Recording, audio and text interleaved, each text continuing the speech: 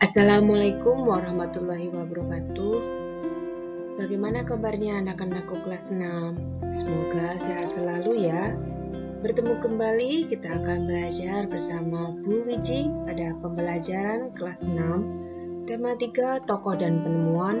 Subtema 1, penemu yang mengubah dunia. Pembelajaran ke-6.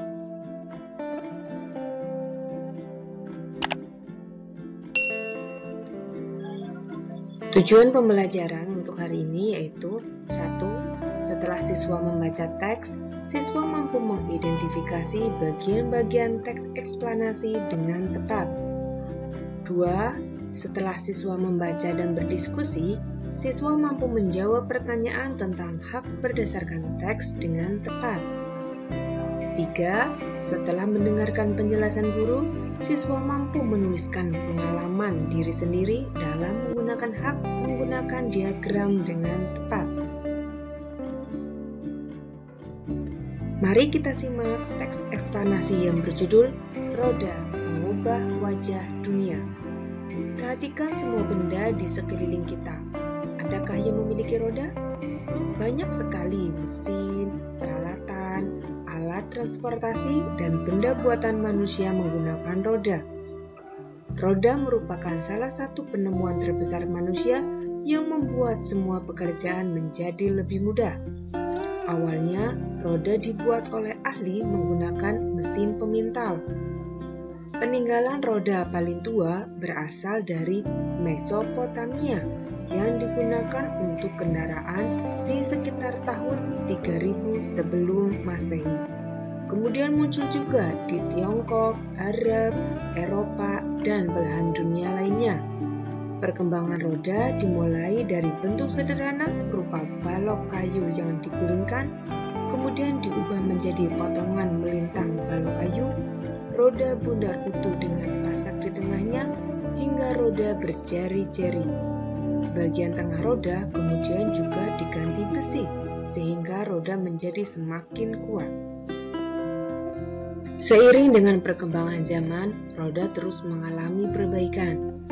Charles Goodyear pada tahun 1839 berhasil menciptakan ban terbuat dari karet yang lebih tahan goncangan dan lebih kuat terhadap gesekan permukaan jalan. Pada tahun 1845, Thomson dan Dunlop kemudian menciptakan ban yang berisi udara.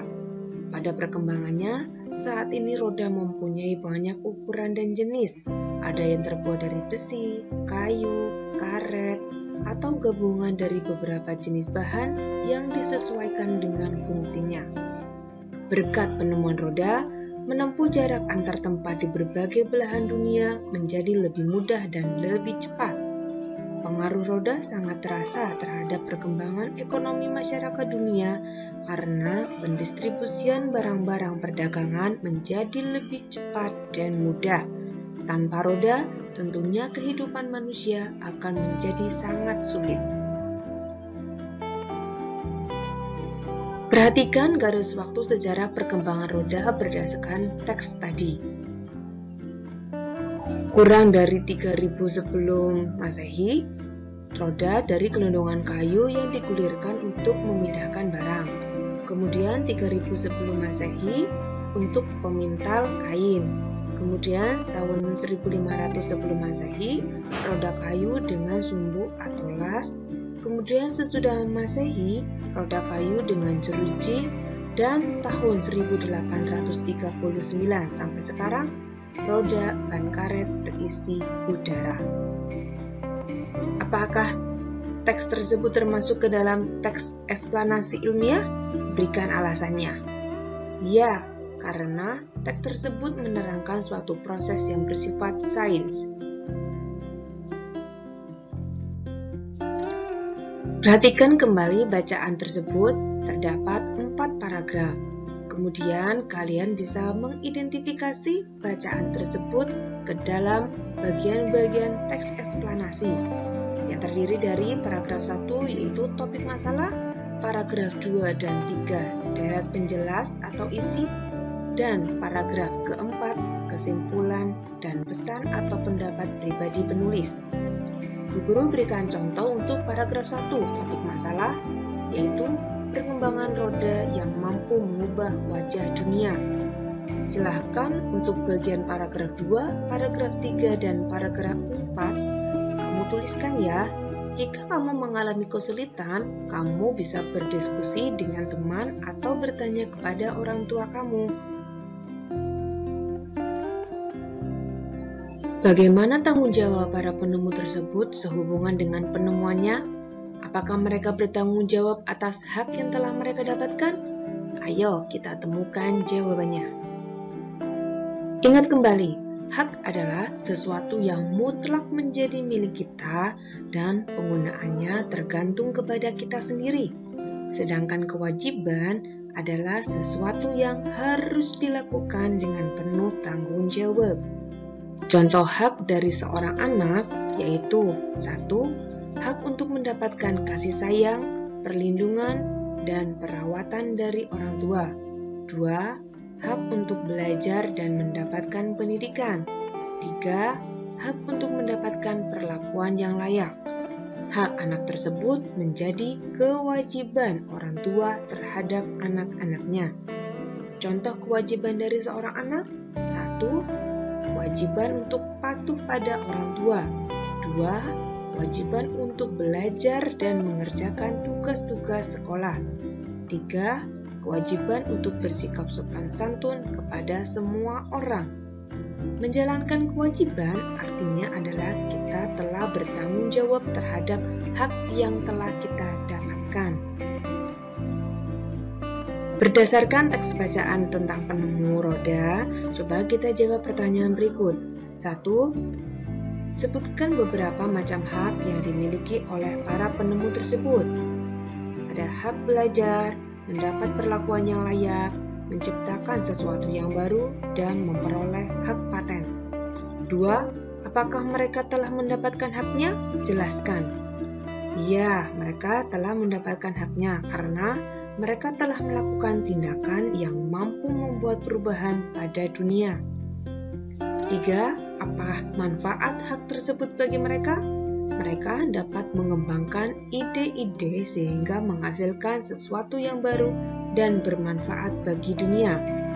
4. Apakah mereka telah bertanggung jawab terhadap hak yang telah mereka dapatkan? Jelaskan dan berikan contoh. Ya, mereka mendapat pekerjaan dan penghidupan yang layak. Hak dan tanggung jawab. Ani adalah putra Bapak dan Ibu Yakub.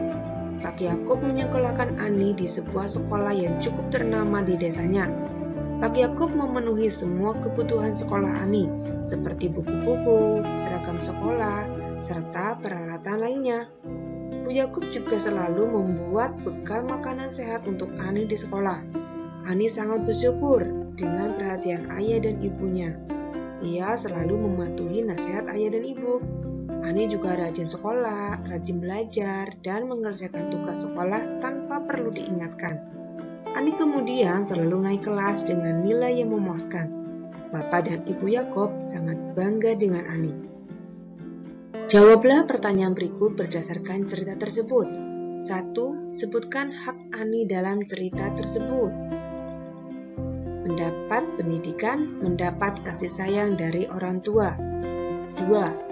Apakah Ani telah mendapatkan haknya? Jelaskan dan berikan contoh. Ya, karena orang tua Ani telah mencukupi semua kebutuhan yang diperlukan Ani. Contoh, Ani dapat sekolah, dipenuhi segala kebutuhan sekolah, dan mendapat perhatian dari ayah ibunya.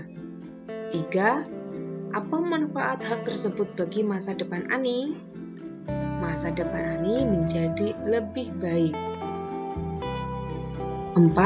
Apakah Ani telah bertanggung jawab terhadap hak yang telah ia dapatkan? Jelaskan dan berikan contoh. Ya, Ani sudah bertanggung jawab. Contohnya, Ani selalu mematuhi nasihat orang tua, serta rajin sekolah, rajin belajar, dan mengerjakan tugas sekolah tanpa perlu diingatkan. 5. Apa yang akan terjadi jika Ani tidak bertanggung jawab terhadap haknya? Jelaskan dan berikan contoh. Ani tidak akan mendapatkan nilai yang memuaskan, sehingga kedua orang tua Ani akan bersedih serta masa depan Ani kurang baik. Berdasarkan cerita tadi, kita bisa membuat kesimpulan menggunakan diagram. Hak Ani, dampak jika bertanggung jawab pada kewajiban, maka hidup menjadi teratur dan disiplin, masa depan lebih baik, memperoleh hak sesuai kebutuhan.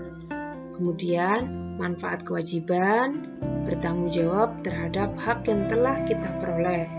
Dampaknya jika tidak bertanggung jawab pada kewajiban, yaitu hidup tidak teratur, masa depan tidak jelas, dan tidak mendapatkan hak sesuai kebutuhan. Bagaimana dengan dirimu sendiri? Apakah kamu telah bertanggung jawab terhadap hak-hak yang telah kamu dapatkan? Nah, sekarang saatnya untuk merenung dan memperbaiki diri. Tuliskanlah pengalamanmu tentang hak dan tanggung jawab di rumah dan di sekolah, sesuai dengan diagram contoh. Tulis nama kamu, kewajiban, dampak, manfaat, dan dampak jika tidak bertanggung jawab. Jika kamu mengalami kesulitan, kamu bisa berdiskusi dengan teman atau bertanya kepada orang tuamu. Alhamdulillah, pembelajaran hari ini sudah selesai. Semoga bermanfaat. Kalian tetap ingat untuk selalu jaga kesehatan dan tetap semangat belajar. Untuk kalian yang baru pertama kali menemukan channel Agus Wiji Utami, jangan lupa untuk klik tombol subscribe ya. Terima kasih. Wassalamualaikum warahmatullahi wabarakatuh.